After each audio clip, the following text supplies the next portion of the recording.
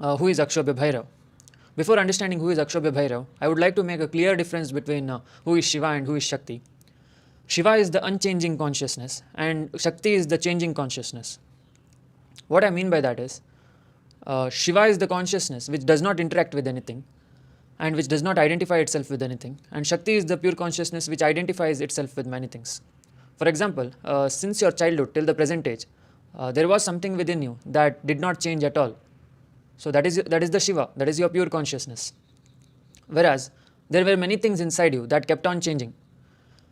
That is your Shakti, that is body and mind. So your body and mind kept on changing. That is nothing but Shakti. Whereas the pure consciousness within the body and mind, that is the inside the body and the mind, remained the same. So that is Shiva. So just to give a practical example, I would like you to close your eyes and stop thinking for 5 seconds. Even I'll do the same. 3, 2, 1, go.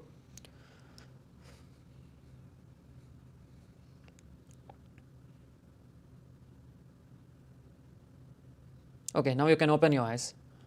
So the 5 seconds during which we both closed the eyes and stopped thinking, the pure consciousness within both of us was the same. Only when we started thinking, it started changing. So our minds are different, our bodies are different, but the pure consciousness within us is same. So what that means is, the whole world is made up of this pure consciousness, including the plants, insects, birds, animals, and the non-living things. So everything is made up of the pure consciousness, but only when it starts thinking, when it interacts with many things, when it identifies itself with many things, it assumes forms and shapes. For example, the body and mind of you and me is completely different. That is because the pure consciousness has different desires. That is why it has manifested as different forms. But the source is same. So it is within us. The whole external world, right, is within us. It is not outside us. So why does it feel like the external world is outside us, even though in reality it is inside us? The external world feels outside us because of desire. That is, the pure consciousness inside us has desire of the body and experiencing the 5 sensory organs. So that is why the external world seems external, even though it is internal. So what I mean by that is, external world is just a reflection of our internal desires. So now we are in the Shakti state of consciousness. But when we are not thinking, when we are not identifying ourselves with anything, that time there is nothing. There are no worlds. There is nothing. Nothing exists. So that is the Shiva. So that is the difference between Shiva and Shakti. Now moving on to who is Akshobhya Bhairav. Before understanding who is Akshobhya Bhairav, I would like to explain about the 7 chakras. The 7 chakras are nothing but the energy centers in our body that govern different kinds of desires. For example, the Mooladhara chakra in the base of the spine governs the desire for food and sleep. The Swadhisthana chakra in the reproductive area governs the desire for sex. Manipura chakra in the stomach area governs the desire for power. Anahata chakra in the chest area governs the desire for love. Vishuddha chakra in the throat area governs the desire to communicate. Then Ajna chakra in the forehead area governs the desire to think. And finally the Sahasrara chakra on the top of the head governs the desire to exist. So these are all the 7 kinds of desires our energy centers have, because of which we exist, because of which the pure consciousness exists, feels like it exists. But in reality the pure consciousness is at rest. It's not existing. It is our illusion that it is existing. That illusion is caused by the desires. So all the 7 chakras has its own Shiva and Shakti. By Shiva I mean detachment, and Shakti I mean desire. For example, in the Mooladhara chakra, since it has the desire of food and sleep, before we eat food, we have the desire to eat food. That is nothing but Shakti. After we eat food, the Mooladhara chakra gets an orgasm. So after the orgasm of the Mooladhara chakra, the hunger is satisfied. The hunger for food is satisfied. So that is nothing but Shiva. Shiva is the detachment from the desire. After eating food, we will not have a desire to eat food for a couple of hours. So that many hours, we are Shiva of the Mooladhara chakra. So every chakra has its own Shiva and Shakti. That is the desire and detachment from the desire. Otherwise, we would have kept on eating without stop. But since we have Shiva in the Mooladhara also, we stop eating after a while. Similarly, it goes for all the chakras.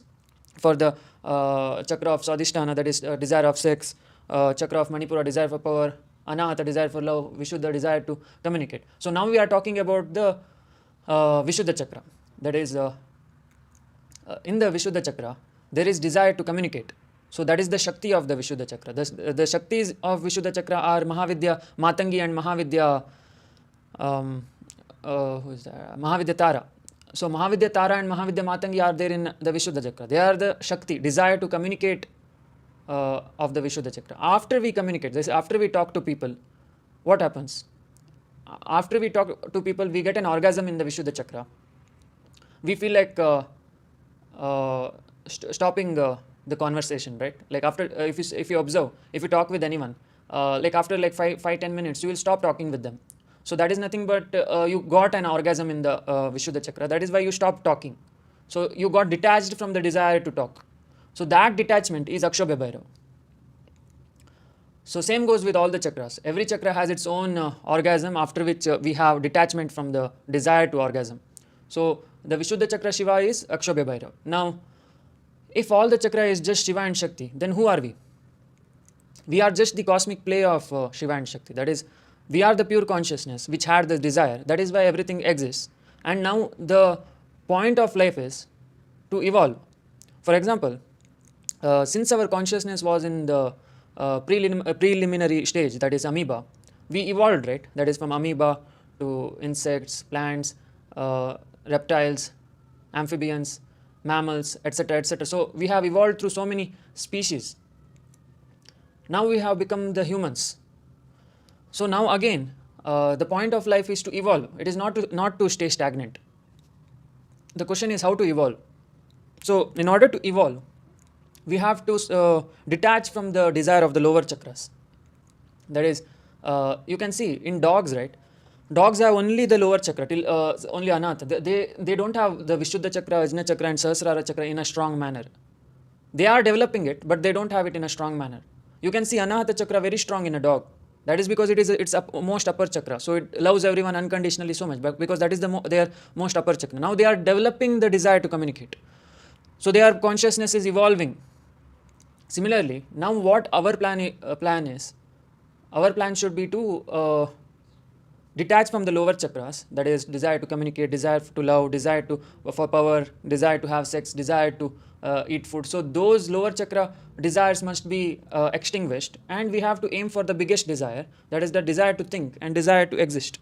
So what I mean by desire to think, in thinking also we have to think very much in a strong manner. That is like, who are we?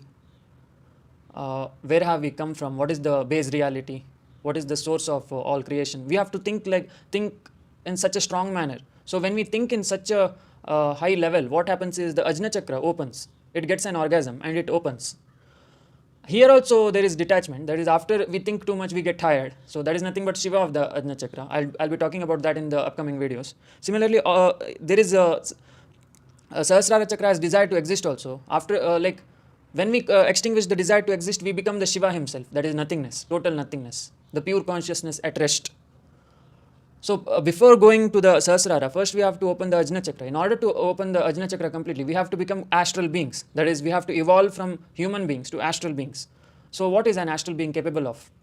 Astral being is capable of creating scenarios in the astral realm. That is, astral realm is a mental reality. It is not a physical reality. Now, if you see, this reality is completely made of the 5 sensory organs.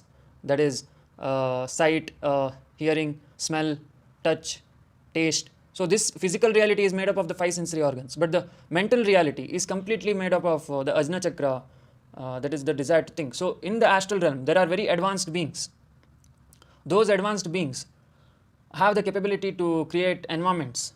Like, they can manifest anything, like a astral mango, astral tree, astral garden, like how you do in your dream. But in your dream, you're not creating strong realities. You're creating a very unstable reality. That is, as soon as you get scared or get a nightmare, as soon as you see your enemy in the dream, you get scared and come out of the dream, right?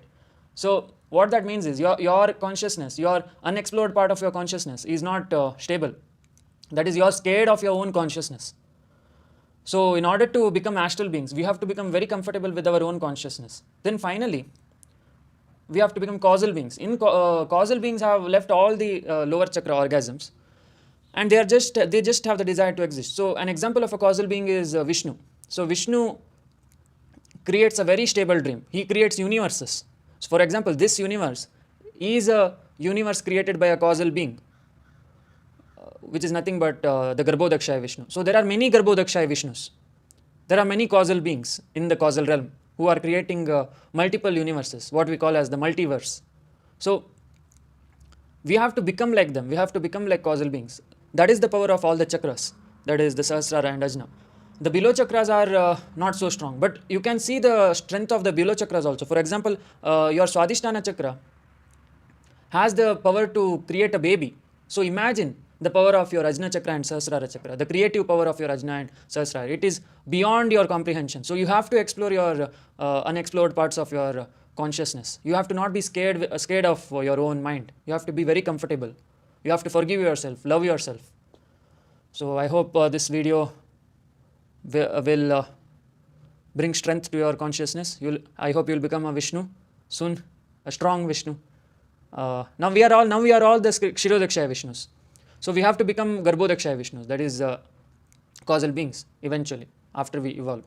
Then finally we have to sacrifice the desire to exist also, that is Shiva. So thanks for watching. We'll meet in the next video. Jai Mahakal.